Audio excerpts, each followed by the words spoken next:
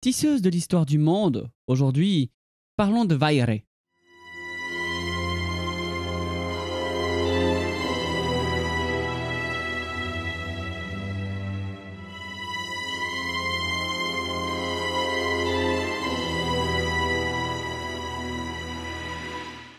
Peu de choses sont connues sur Vayré, mais Lavalier était chargé de tisser l'histoire du monde dont les salles de Mandos sont habillées et s'élargissant sans cesse.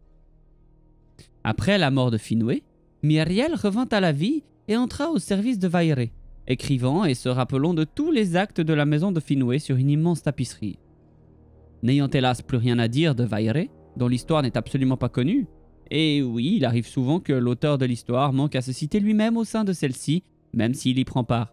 Je vais vous parler de sa suivante, Myriel. Myriel vivait dans le royaume béni d'Aman, dans la cité de Tierion, sur la colline Tuna, avec son mari, Finwë, roi des Noldor.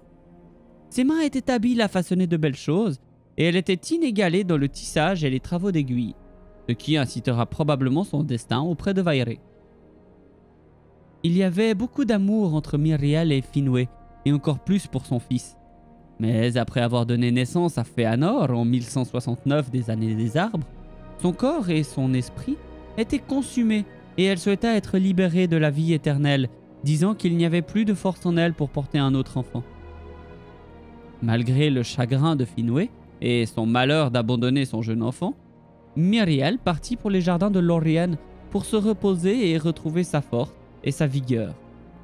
Mais pendant son repos, elle quitta son corps et entra dans les salles de Mandos, laissant son corps sans vie et immobile en l'an 1170. Les vierges d'Esté prirent soin de son corps tandis que son esprit restait dans les salles de Mandos afin qu'il ne dépérisse pas. En substance, elle était morte de son plein gré. Ceci fut vu comme un événement choquant par les Valar et les Eldar qui ne s'était jamais produit auparavant. Mais Finwë était en deuil et se sentait honteux d'être le seul elfe en Aman sans femme. Manwë convoqua les Valar en conseil et le résultat fut le statut de Finwë et Myriel, qui permettait seulement un remariage si l'épouse morte refusait d'être réincarnée. Vayré a parlé à Myriel de cela et du chagrin de Finwë, mais Myriel a refusé de revenir à la vie. Dans les mots des Valar, l'esprit de Myriel est petit, mais il est fort et obstiné, un de ceux qui, ayant dit une chose, feront de ses paroles une loi irrévocable pour eux-mêmes. Cependant, Mandos convoqua l'esprit de Myriel et l'avertit qu'elle pourrait changer sa volonté avec le temps, vivant dans le chagrin jusqu'à la fin d'Arda. Mais Myriel resta silencieuse et Mandos accepta son choix. Des années plus tard, Finwë connut ce destin. Étant autorisée à se marier à nouveau, ayant de nombreux autres enfants avec Indis. Fëanor lui en voulait et observa son influence sur Finwë, y compris son discours qui commença à ressembler à celui des Vanyar et considéra cela comme un manque de respect envers sa mère. Après la mort de Finwë et de Fëanor, l'ancien couple fut réuni dans les salles de Mandos. En rencontrant Finwë à nouveau, Myriel se sentit allégée de sa tristesse et libérée de sa volonté réticente. Elle lui parla par la pensée, s'excusant de ses erreurs et promettant de tisser une tapisserie à l'histoire de son peuple et de ses enfants.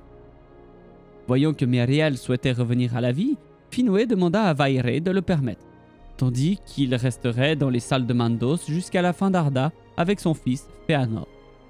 Mandos accepta cela et l'esprit de Myriel fut libéré, et elle alla rejoindre son corps en Lorien. Puis elle se réveilla à nouveau comme dans un rêve. Cependant, elle était toujours triste et ne souhaitait pas revenir avec son peuple. Alors elle se rendit à la maison de Vayré, étant la seule Eldar vivante à y vivre. Elle devint la servante de Vayré et accomplit sa promesse, tissant la toile historique racontant les exploits des Noldor. Voilà pour l'histoire de Vayré et celle de l'elfe Myriel, mère de Fëanor au destin tragique. Merci d'avoir écouté cet épisode et à demain en Terre du Milieu. Ciao!